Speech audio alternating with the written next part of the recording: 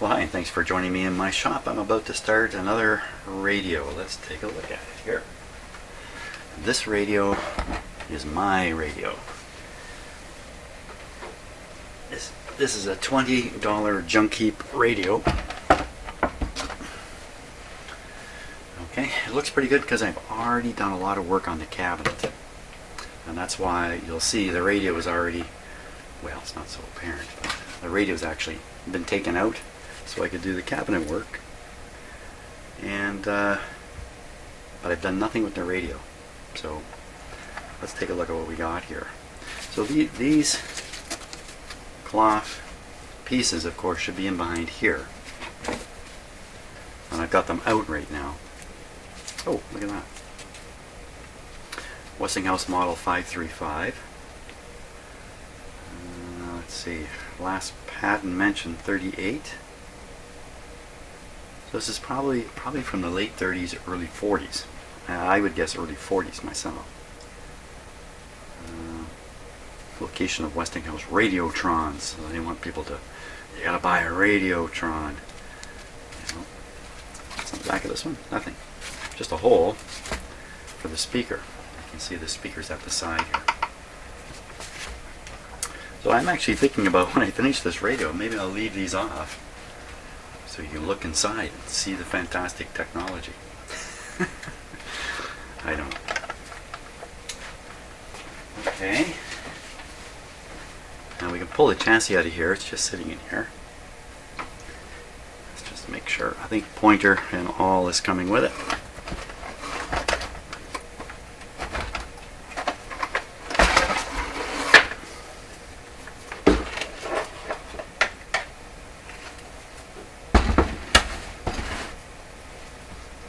Take a last look at the cabinet here.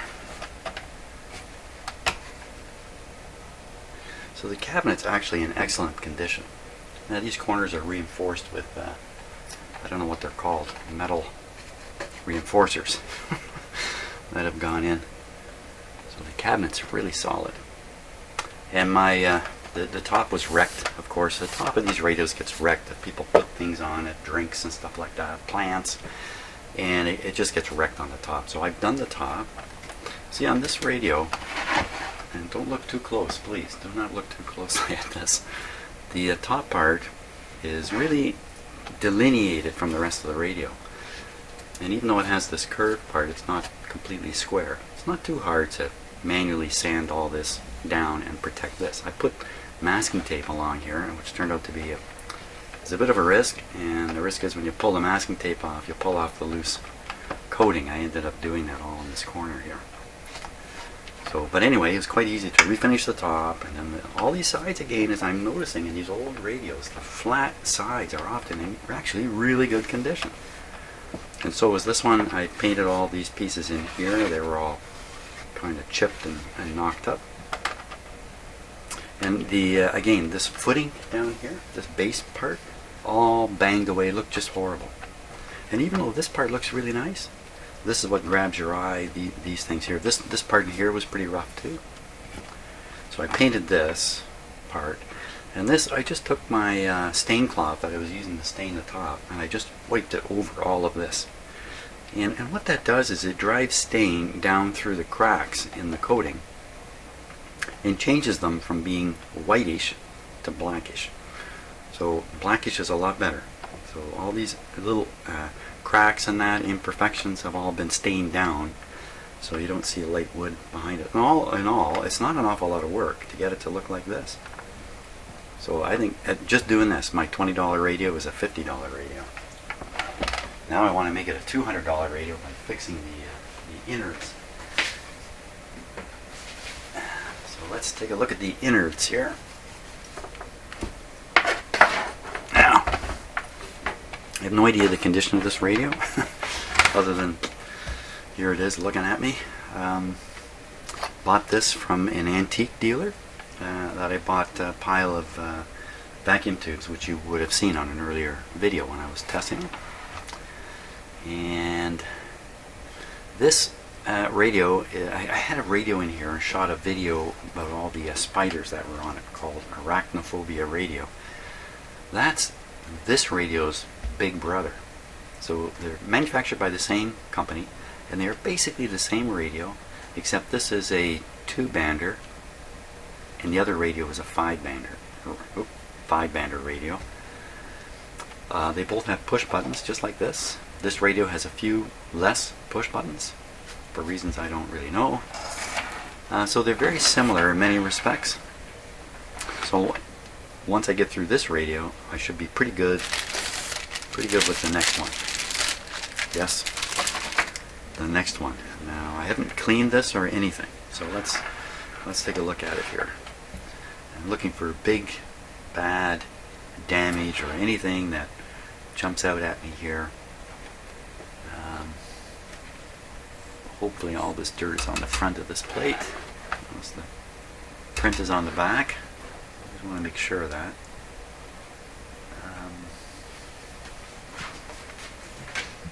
Go in for a little closer look here.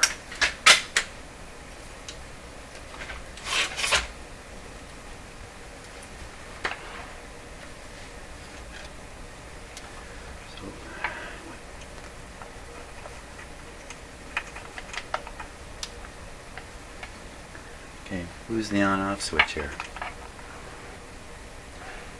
Must be one of these push buttons. So that's probably switching it off.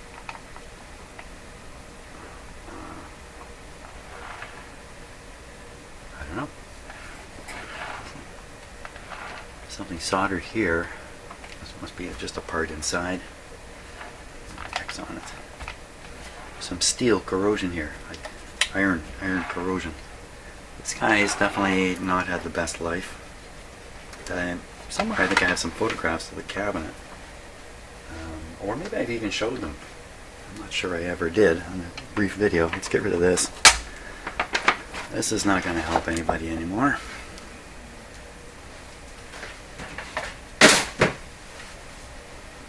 Oh, it's got a switch back here. Radio came with no back on the cabinet, so if there are any labels, they're gone. This is almost certainly antenna and ground. And then it looks like we've got the alignment.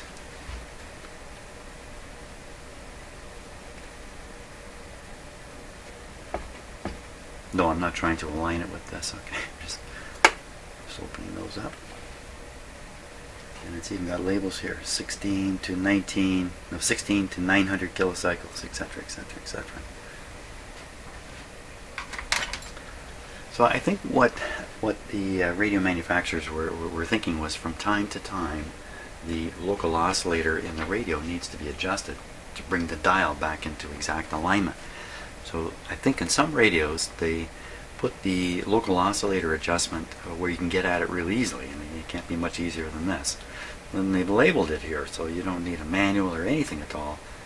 And anybody, probably back in the day, a lot more people had a general understanding of these radios, and you know, you could make the adjustments just to bring the dial back in. Particularly in a certain area where you're interested in tuning. Maybe you're always tuning the same AM stations at the low end of the dial, so you'd make sure the low end of the dial is accurate. Well, by now everybody has noticed this.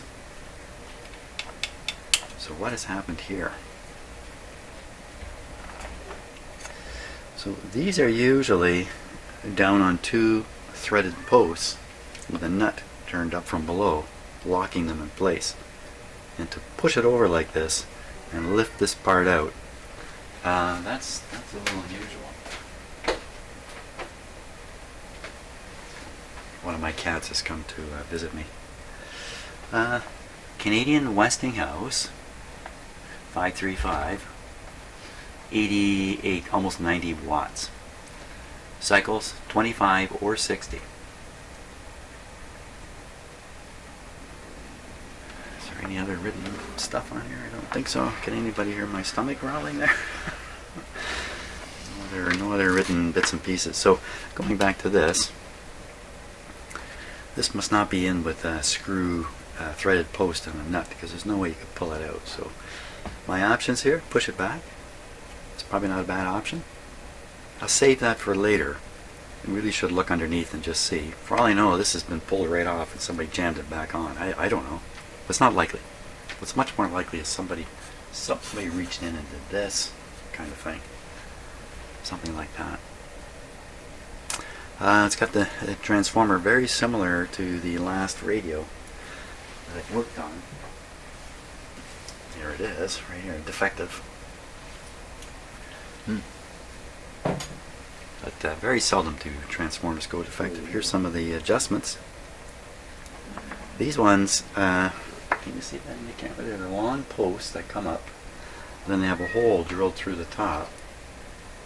And the idea is, take a tool like this, stick it in the top, and then you can turn that adjustment. But I won't turn it now. It's way ahead in the game. That's for right near the end. Oh, so now there's 3 phono inputs or outputs here. Probably when we take a look at the schematic, this will all get explained. These are not added in. This is original stuff, for sure. A little unusual. 3 is extremely unusual. So maybe it's a speaker, maybe it's a speaker output and a phono input or something like that. Well, that's about it for the top. It's not terribly dusty, like, you know. Yeah, not very dusty. Maybe it's been rained on somehow. How do we get that clean? How does a dirty old radio end up clean? So I want to tip this up on its side, and I see I cannot do it on this side because of this wheel here. Even the capacitor swings out beyond the chassis and this. I can't tip it up on this end because the speaker's sitting here, which I certainly do not want to remove. Wow, this is a tough radio. You can tip it on its back. Got this sticking out and a few other things. So I think I'm going to have to put some... How am I going to do this? Yeah, flip it right over. Well, this is pretty strong.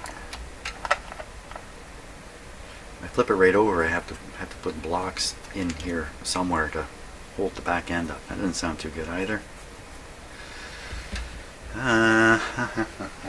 Okay, let's see. Let's see if I have a trick. Let's see if I have a trick up my sleeve here. Oh, this isn't big enough. Flip the radio right over and have it sit on top of this.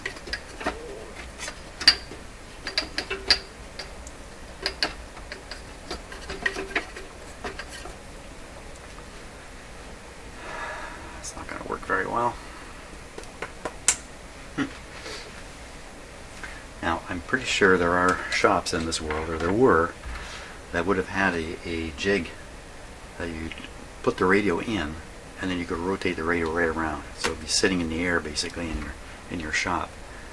Kind of like my turntable here, only this way. I don't have anything like that. Well, I'm going to have to figure this out, so I think I'm going to stop the video and I'll sort it out. Okay, so I'm going to video this because this might be the last thing this radio does. So I want a record for posterity of how this radio died. I'm going to try to stand it up on here. Wow, that's not so good either.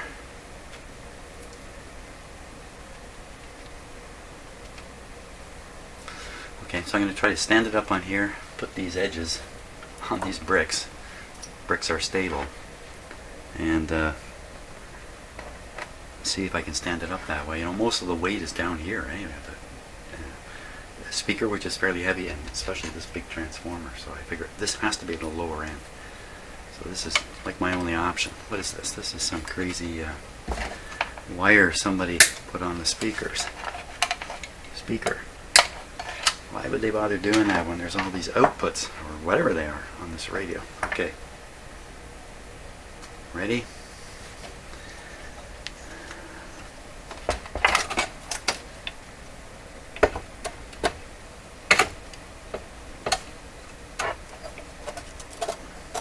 Just that I was afraid, of course.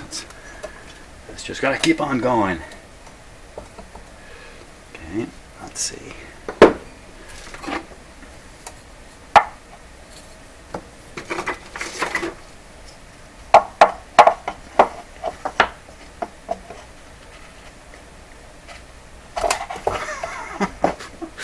Okay, let's move this whole thing back here.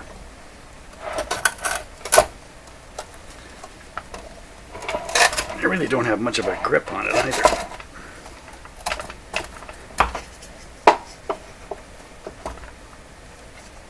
Believe it or not, this is actually pretty good.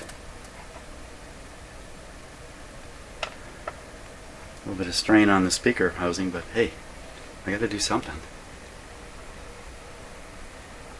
Oh, look at that! Look what we found.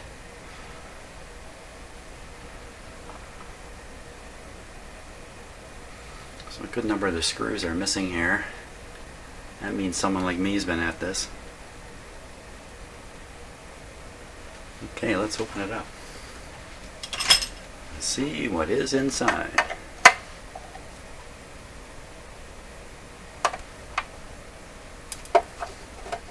Is that a fly that just flew by? We have one fly in our house.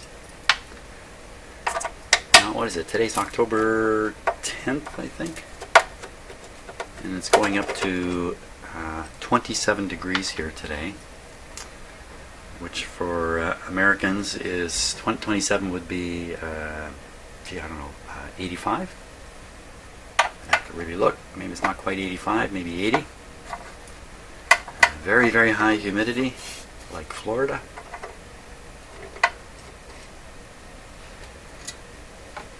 Oh, this is screwed way up into here. Ah, it's a screw up there. I should have looked. Should have looked first.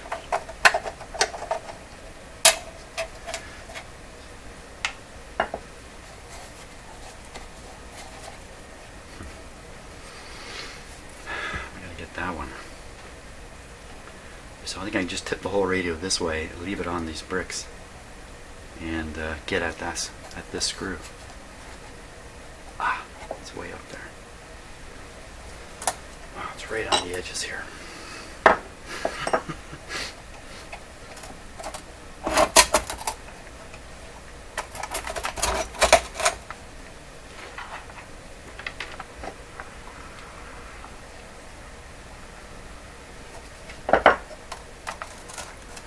There we go.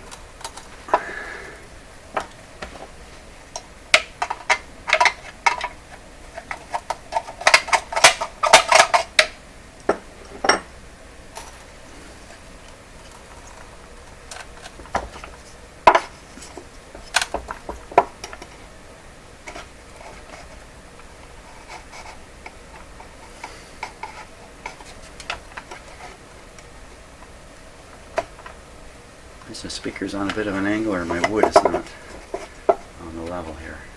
That's much better. Okay, we got this thing steadied up now. Okay, it's still going to be tricky getting this plate off, I think.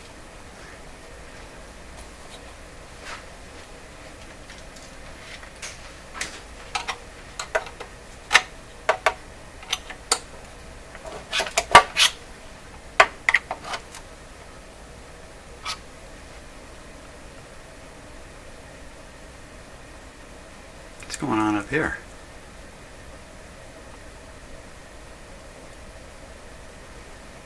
I need to take a closer look at the situation here. Something. There we are. A better view of it here.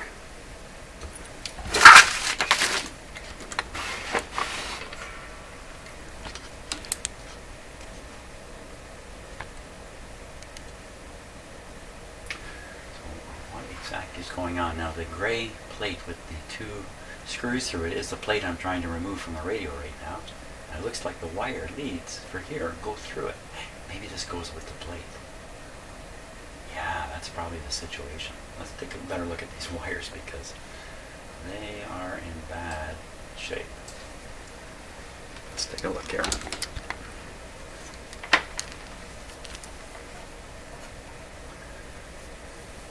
Start with one.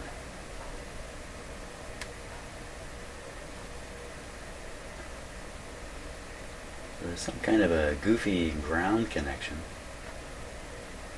under the screw here.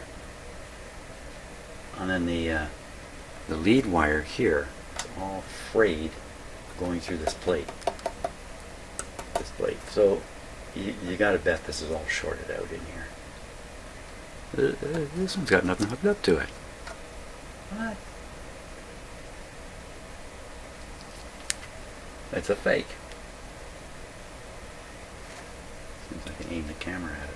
3 of these things on the front. 2 connected. The third one. What's this piece of tape doing here? Let me pull that off.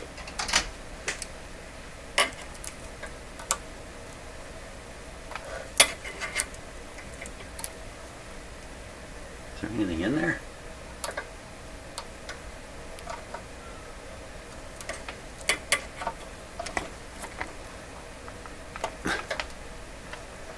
What have I got a hold of here? Must be a wire in there or something I'm getting a hold of.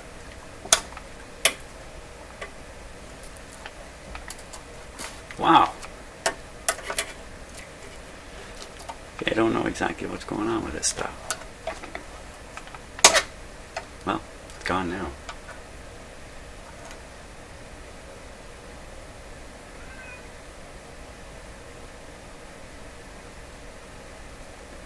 You know what I do is I release these 2 screws. But the wires go through holes here. Okay, well, I'm going to move this plate and we'll see if the bracket here moves with the plate. As soon as I get a little screwdriver.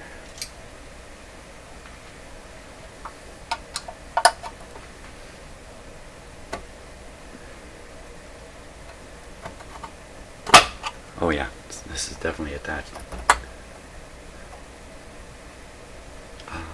Shapers, I don't know what this adds up to.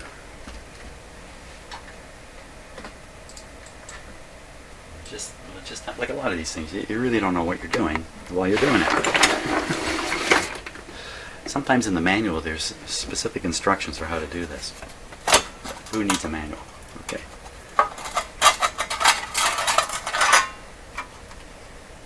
Oh, there's a great big honking cable in there. Yeah.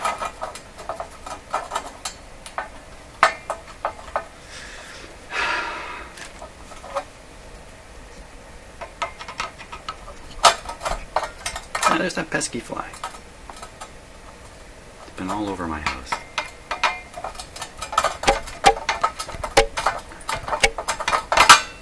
What's going on now? The screw is binding up as I turn it. Okay, let's get the close-up camera going again.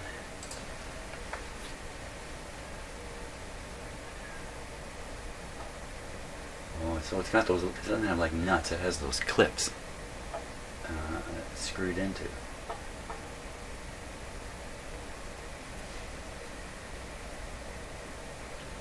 The clip is actually, the clip actually comes up behind these screws.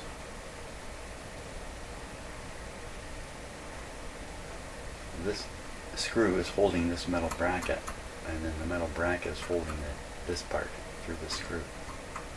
So what if I just take these screws out? I didn't even notice them before.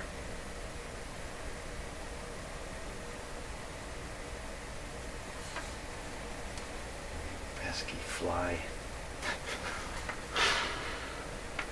All over our house. One fly. Oh! Did you see that? Yeah, wow. That was pretty exciting. Oh, I'm crying out loud. Can you see this? Can you see this? Oops. Too many. Okay. Look at my camera.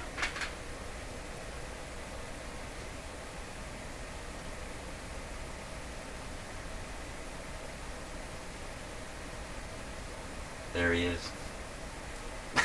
Should I try and whack him? I don't think so. No, usually I'm getting visited by cats in here. Today it's a fly. Okay, back to what we're doing here.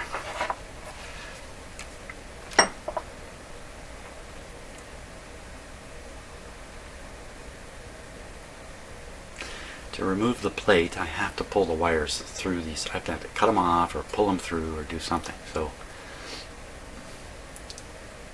what I can do is I can simply cut these wires up here, heck with them, pull them back through, the plate will come off, and leave this all screwed together. That's the way to go. I have to cut the wires sooner or later. Oh, isn't that's a truth in life, isn't it?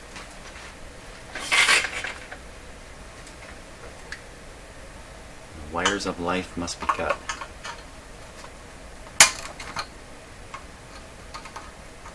Now, like an umbilical cord.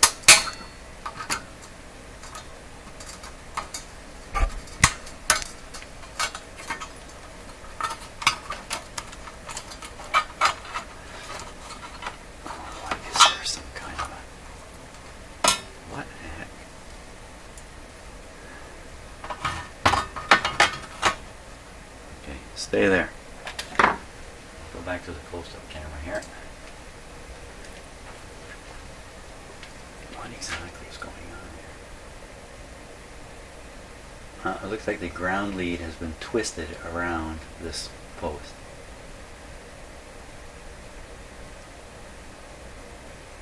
Ugly as sin.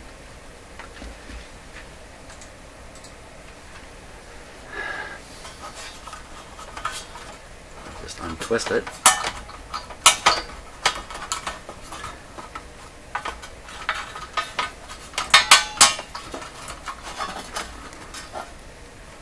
Knock the radio over here while I'm doing this.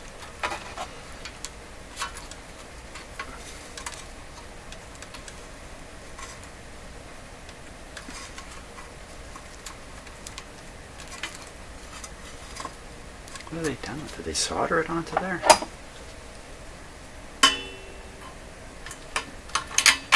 No, they did not. Okay, finally.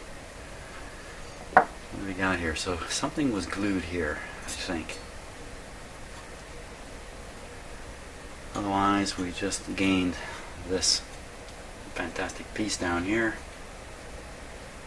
Any particular trimmer, location, and lineup frequencies, or alignment frequencies. There's all the instructions there for doing the alignment. Note, there's a note here. Let's read the note together.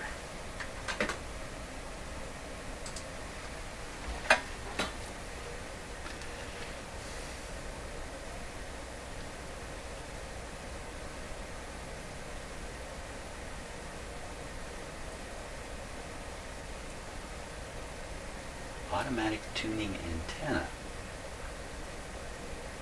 Consult service manual for automatic tuning antenna and oscillator. You know, I think they forgot some commas here, so if I read this properly, I think the way it should read is consult service manual for automatic tuning, antenna and oscillator coil lineup, and automatic station tuning adjusting procedure. Automatic tuning, antenna, automatic station. Well, I think automatic means push button. I think that's really what they're... Wait a minute, is there any... Let's just not overlook any other hints that might be in here. Oh. Shortwave oscillator coil requires no adjustment.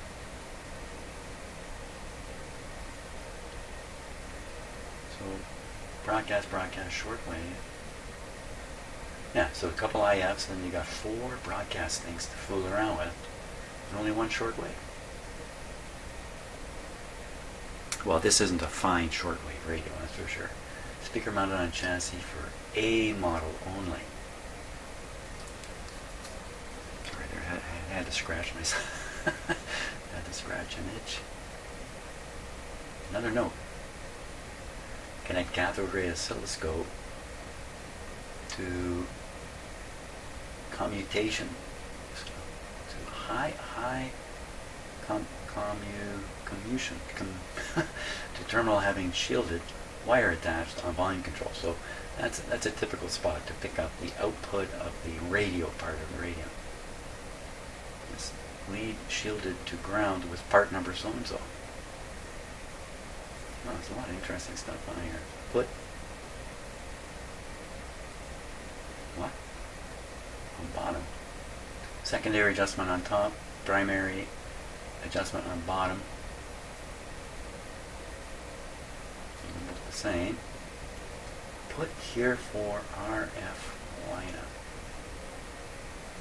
Input could be input here for RF lineup. Top of that tube. So it's a grid of the 6K7. Feed a signal in there to do the second IF transformer. I think we're okay here. Input here for IF and overall tune-up, and that's of course the 6K8 detector oscillator. Now, is there any front? There's no front end tube in here. I was really hoping there'd be another RF tube in this. And the capacitor has only 2 sets. You know, you can look at a radio, and if it's got more than 2 sets of plates on the tuning capacitor, it's probably a good radio. This one only has 2. 3 would be a lot better. I think that's it. I think we've seen all the notes here, have we? Any other secret note I should spot? No, that's it. Okay, next is actually looking at the radio itself. Where is that radio? It's down here.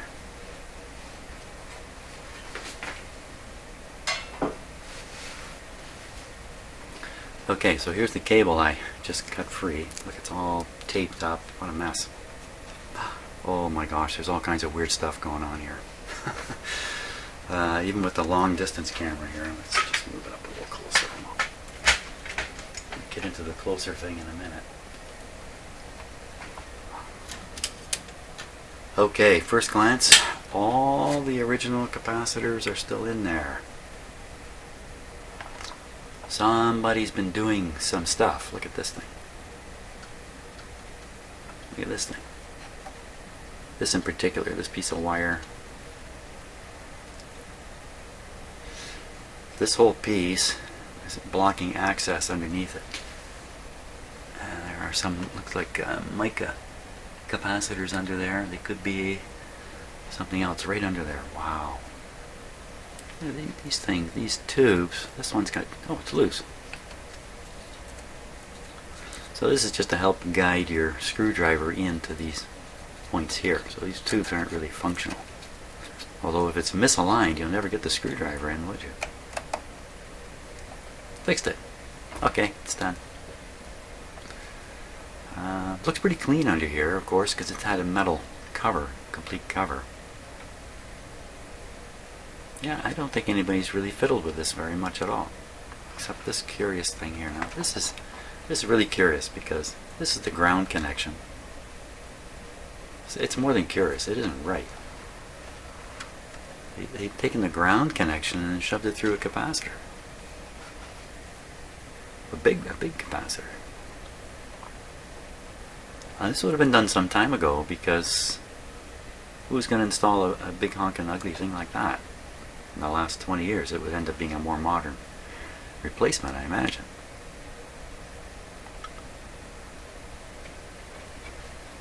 I guess you could kind of get these tubes out of here and then get down under here. Maybe that's why these tubes are beat up. Somebody's done something with them and beat them up doing it. The capacitors are body and dot and dog bone. I'm sorry, resistors are body and dot type and dog bone type. That puts this radio in the late 30s,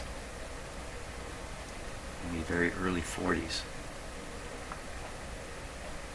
There's some kind of weird thing here. What's that? Let's take a look. Time for the close-up. Close-up time.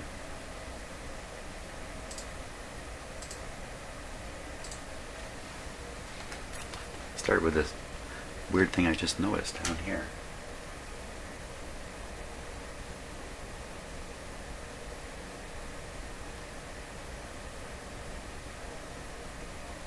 What is that?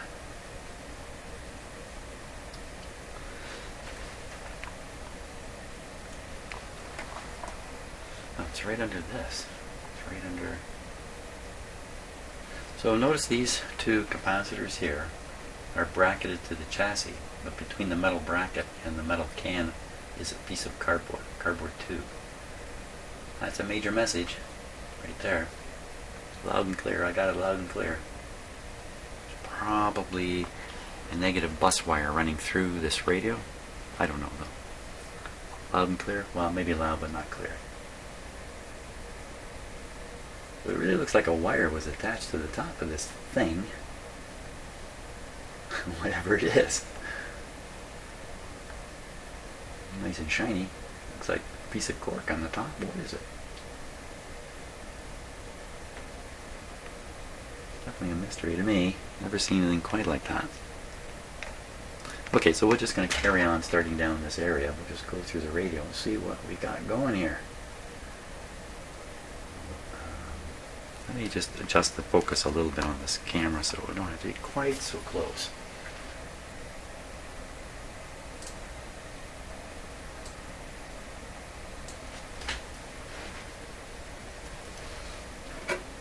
And I'm turning on my own big screen TV here so I can watch the camera with you. Okay. So this capacitor is losing a little bit of stuff out the end here. No surprise on that. It's a bit of an unusual arrangement here actually. It's a floating capacitor. This is not what people normally do in a radio. These wires are pretty darn stiff. Look at that. Now that's the power cord coming in.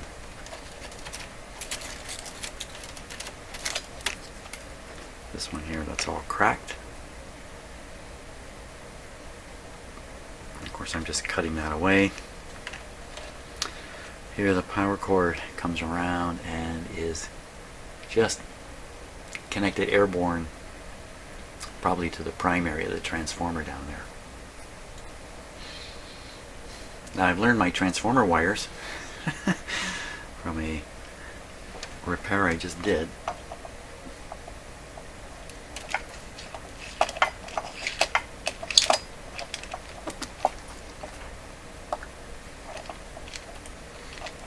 To do that, just do this.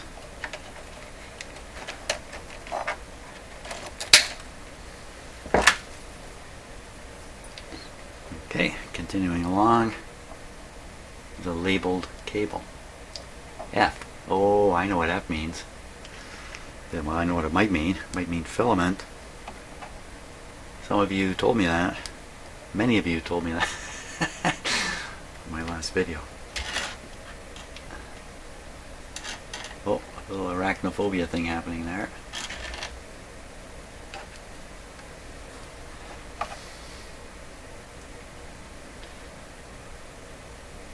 Made in Canada. This looks a little new. It's a bit of a, I mean, someone has been in here, but exactly what they've done, I'm not so sure. Old wax capacitor.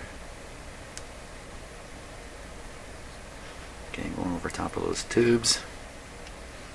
Dig down in here.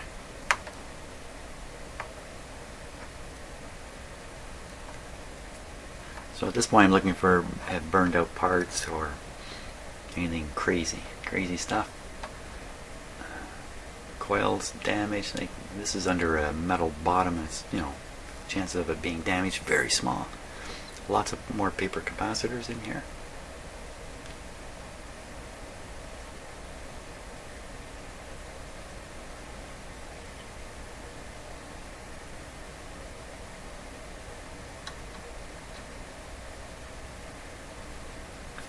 Well, as I've learned, looking at these capacitors, you really can't judge their quality.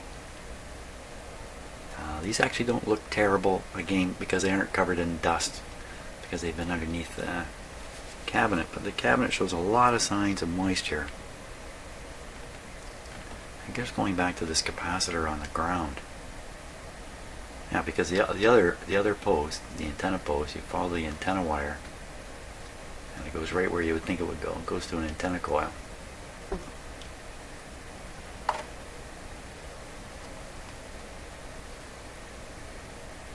crazy, crazy fly has landed on this camera.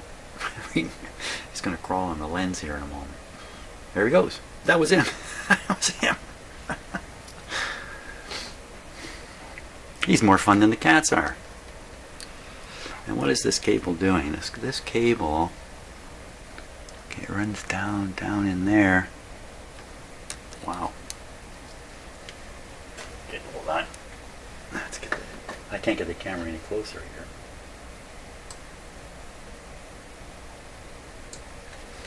So you see the shielded, I'm pretty sure that's shielded wire. Yeah. Coming along.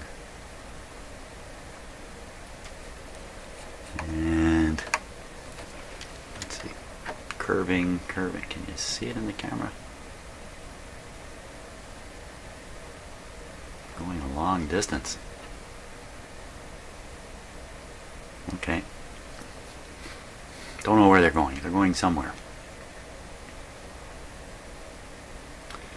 And then we have this large metal can type capacitor. It's a single. Didn't I see another one up here? I thought I saw two. Two back there. Okay, so there's one up here. This is this near the output tube? No, it's not. It's at the other end of the radio. Okay, so because the output tube's going to be down here. The other capacitors, here they are here. The two of them. Come around the back. Oh, so that's what that is. That's just the bottom of a capacitor. Duh. It's just kind of a... Yeah, there's the other one. So these are also single capacitors here.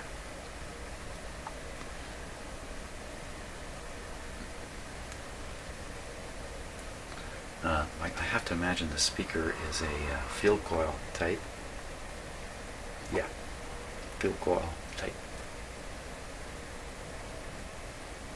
Somebody had soldered some wires on here. Did they do anything stupid? Where are those wires? There's one of them here. Stupid would be, instead of soldering the wire onto the voice coil, you solder it onto the field coil and hook it up to your speaker. Everybody stand back. I'm going to nip that off there now.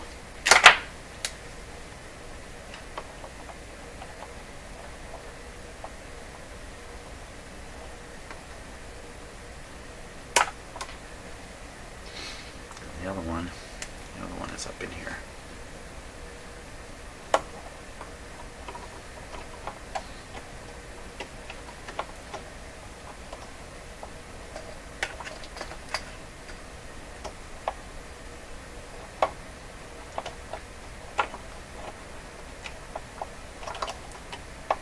Can't get my cutters in.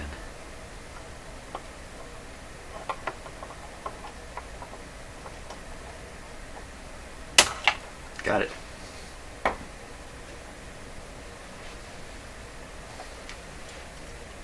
And that, of course, is the output transformer there. Okay, any other condition issues here that are worth noting? Well, I'm looking at the top of the radio again. Really dirty tubes. How about the capacitor plates in that? Pretty rusty. They're probably plated steel. I really don't know what they're made of, but you want to make them of a very, very stiff metal. So steel would be good choice here for these plates. And then you plate the plates with tin or whatever it is they put on it, and then over time, the tin goes away. The steel starts rusting underneath. No, it looks just fine. There's the good look at the sliding contact that you find in these. Radios. Let me turn the tuner to see if this thing even turns. Oh yeah, it turns easy. So that copper or brass spring clip there is responsible for maintaining the ground on this shaft, which is responsible for maintaining the ground on the rotor plates. And these things get dirty in here. I mean, you're up on top, right? They're just spring loaded. They get dirty. You get funny tuning effects. Here's two more in here, trying their best to to get it to be grounded. These are probably ball bearings up here. Yeah. Okay. That's fine. All fine. Let's just take a quick look at the front plate here. Looking for any damage of the paint in behind. Anywhere where it's falling off. Westinghouse. So the different bands marked on it. No, it looks like it's in great shape. So when we clean this thing up, it's going to look fantastic. Hey, police. Remember in the old movies when you see the police car going and it's got a 14-foot antenna swinging at the back of it? That 14-foot antenna was so they could use that band.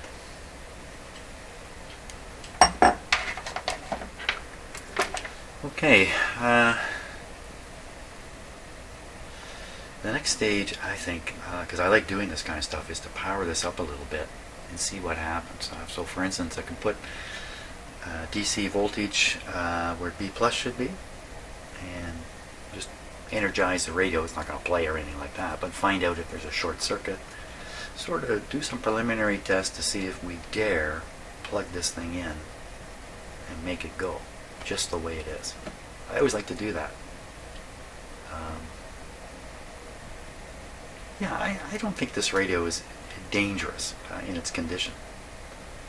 But a few preliminary tests would be good. Plus I'm going to have to deal with this power cord virtually right away.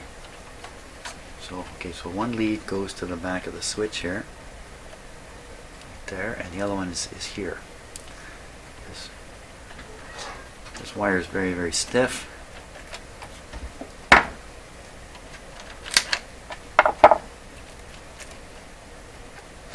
There's a piece of paper tape that went right around, including this wire I'm removing now, the original power cord, and that's exactly what I think it is. I think it is the original power cord.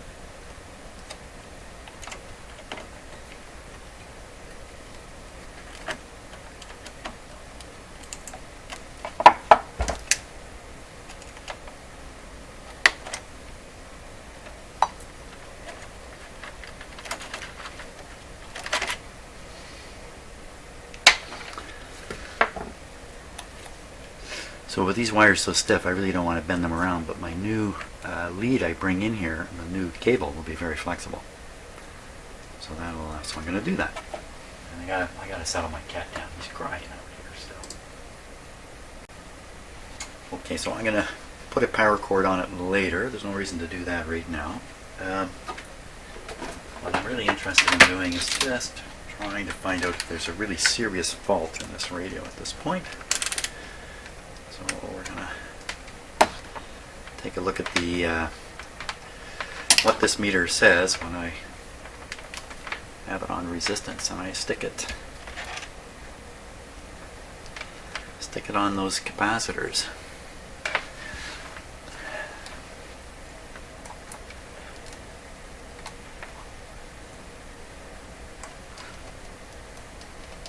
Okay, nothing showing up there, and the other capacitors up here. There's 20K. Let's put it way up.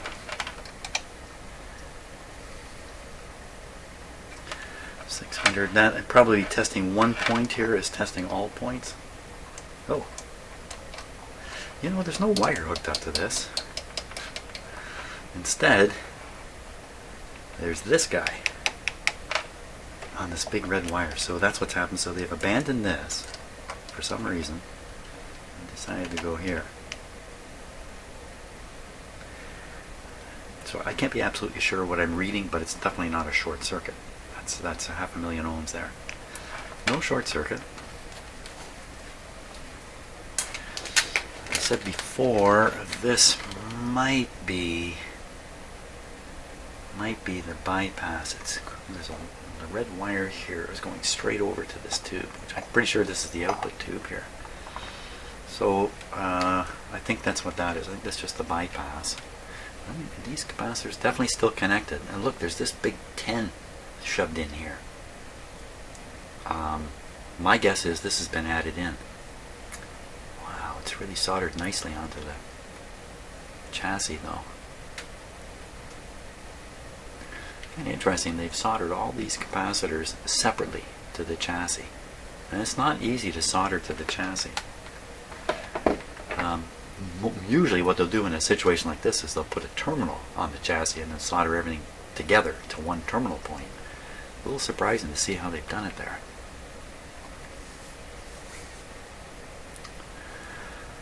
So this capacitor is still connected up here. And what about the other one down there? Let me take a look with the close-up camera. So this is one of the reasons why I like fiddling around with the radio at the start. Because in the course of poking around and doing stuff, you find things you've missed, you haven't found yet. I shouldn't say you've missed, you just haven't found yet. So here's the one that's got no connections. And the other one is kind of down under here.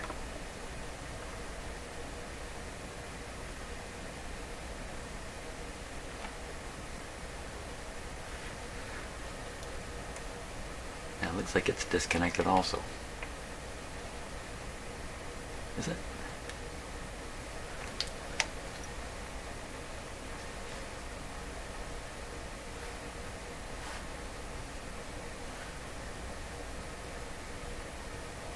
What is that on there? That's the cutoff remains. Yeah. That's the cutoff remains of the lead wire still on the post of the capacitor. Now you can really see the terminal you soldered to on the old capacitor has got some kind of paper, what looks like paper or cardboard insulation around it as it slides down into the main capacitor body. So what's happened here? They haven't, but okay, so timber. So this guy's a replacement. He's loose and wandering in here too, isn't it? So that's not a normal manufacturing technique. There should be another one. Hey, what's that?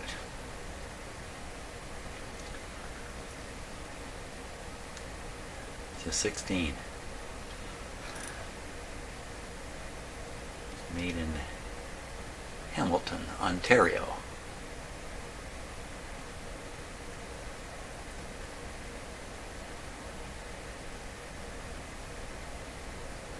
(1933).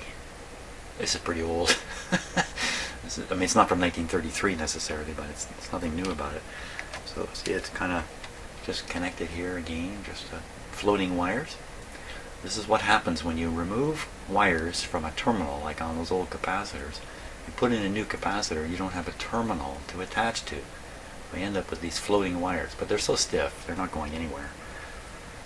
And the other side of this. You can only guess this has been done properly, and the radio probably operated for a decade with these replacements in it. So essentially, two of them have been totally replaced, and one of them, the one up here, has been paralleled. Now, if this one up here, a 10,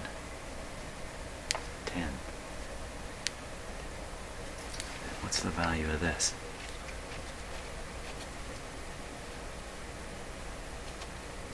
Did I miss it there? 10. And this one is 16. Okay, you know what? I don't think there's any problem with putting a little high voltage on this radio. Let's do it. Let's do it.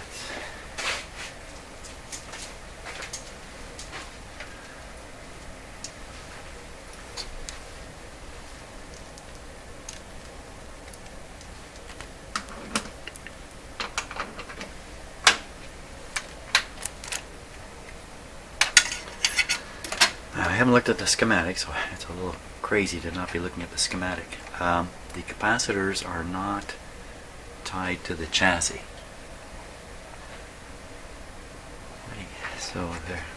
So he's managed to use the out. Actually, he's utilized the terminal here because it's not tied to the chassis. So I'll go on the terminal with the negative lead from the power supply. Go on the positive here.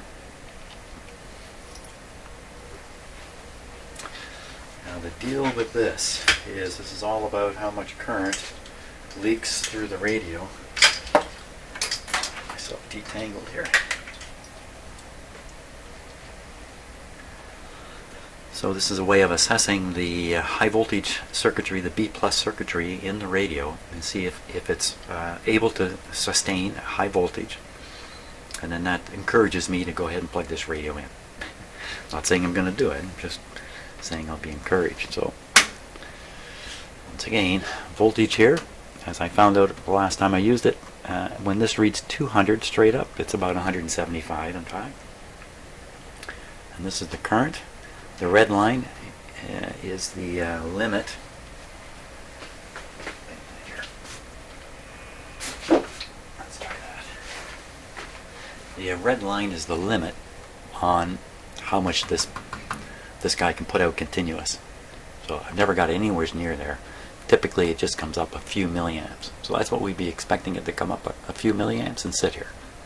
It comes way up much higher. Probably, I don't know, probably something wrong with the radio. Okay, I think we're ready now. So we're going to head for somewhere around the 200 mark. There we go. So zero current effect here.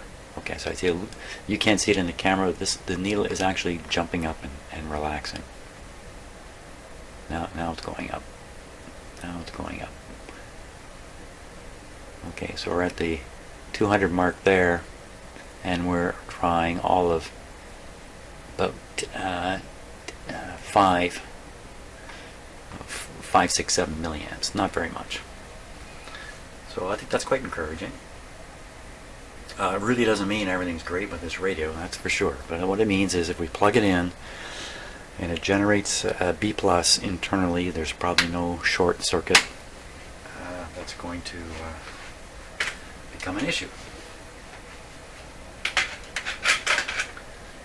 And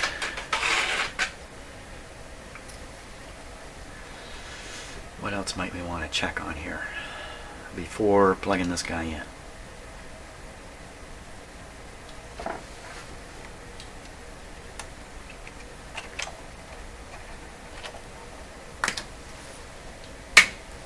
Not too much.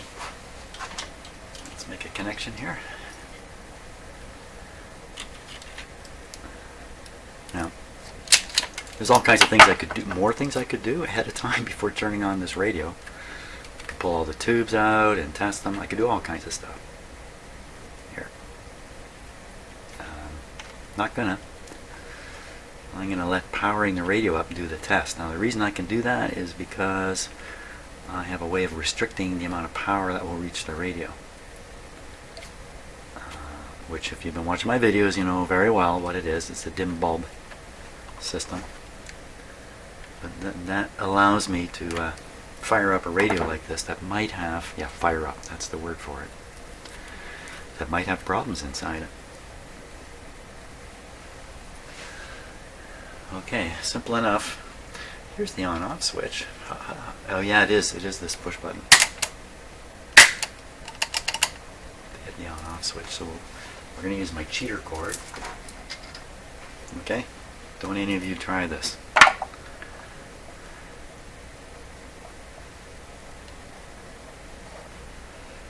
we're going to go there.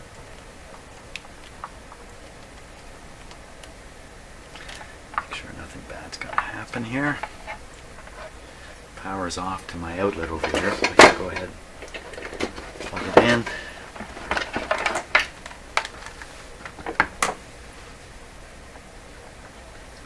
Good, nothing bad's going to happen there, he says. So I think the switch is off right now. That'd be my interpretation of the situation.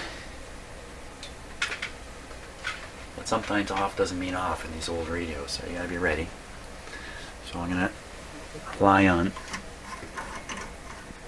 this light. I think that's a 25 watt light bulb, so that'll restrict a lot of the power that goes in here.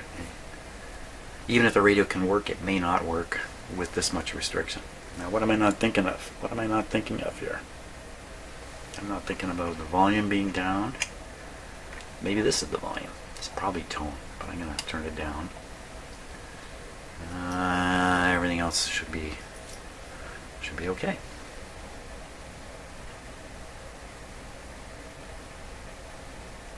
The actual operating voltage of the radio will show on this screen here once I apply power. So we'll know how much, of the 120 volts is actually making it here, because the part of the 120 coming from the outlet is going to be dropping across this light. If this light comes on really, really bright, bad news for the radio. If the light comes on, if the light doesn't come on at all, a little more bad news for the radio. If the light comes on and then goes down like this, then it's thumbs up. Okay. Are you ready? Now, what anything explode out of here? Not really. There we go.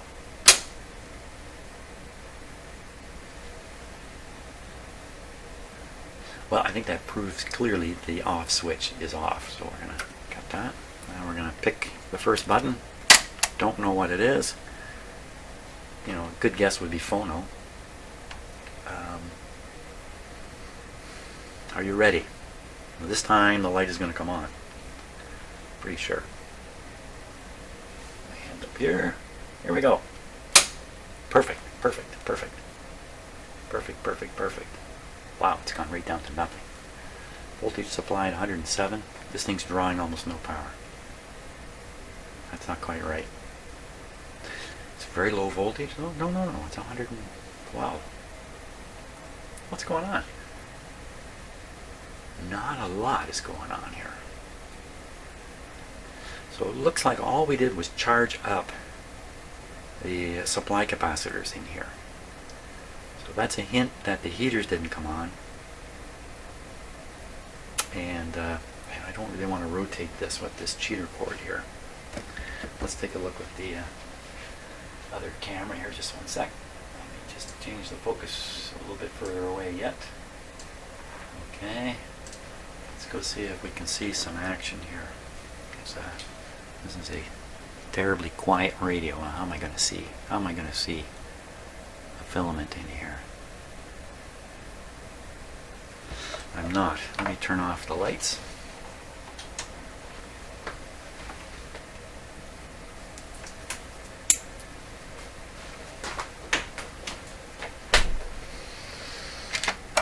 Where's the camera? Here it is. Well, I can look with my own eyes too, so voila. So there's heat. This is the output tube we're looking at. It looks like the rectifier tube is not lighting. And I got no idea what I'm looking at here. But clearly one of the tubes is going. Let's get some light on in here before I get electrocuted. Okay. Rectifier tube may be dead. 5Y4. Okay, very carefully turning this around.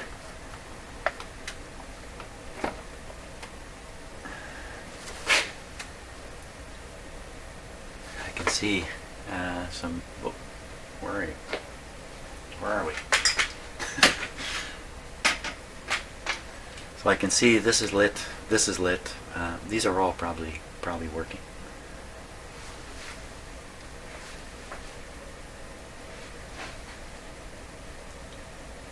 I don't think the output tube is lit, and I don't think the rectifier is lit. So it could be 2-pin contact. So we're going to cut the power. I'm going to pull out. It's just, well, it says a loose glass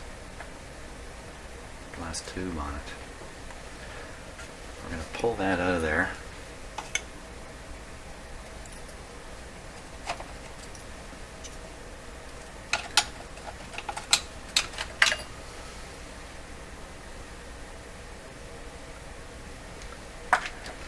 Pull this guy out of here. But I felt some heat in it, but no, I don't think so.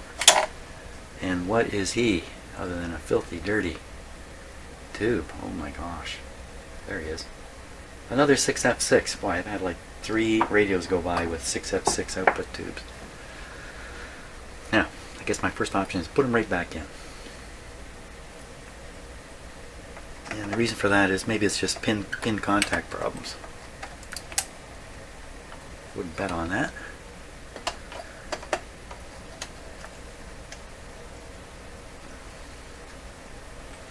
Okay, we're ready to apply power again. Of course, still with the dim bulbs. We'll watch the lights go. There we go. They come out exactly the same to me. Just went right out. So there's very low current draw. You know, with these two tubes, both of them have strong heaters in them. These are strong tubes. Both of them are off. They appear to be off. That's quite a bit of draw that's missing. So with this guy not working, no generation of high voltage, so none of these tubes are conducting. So all in all, this radio is hardly pulling any power. That's exactly what we see. Next stage is to test these two tubes. That's what has to happen. I have to do that.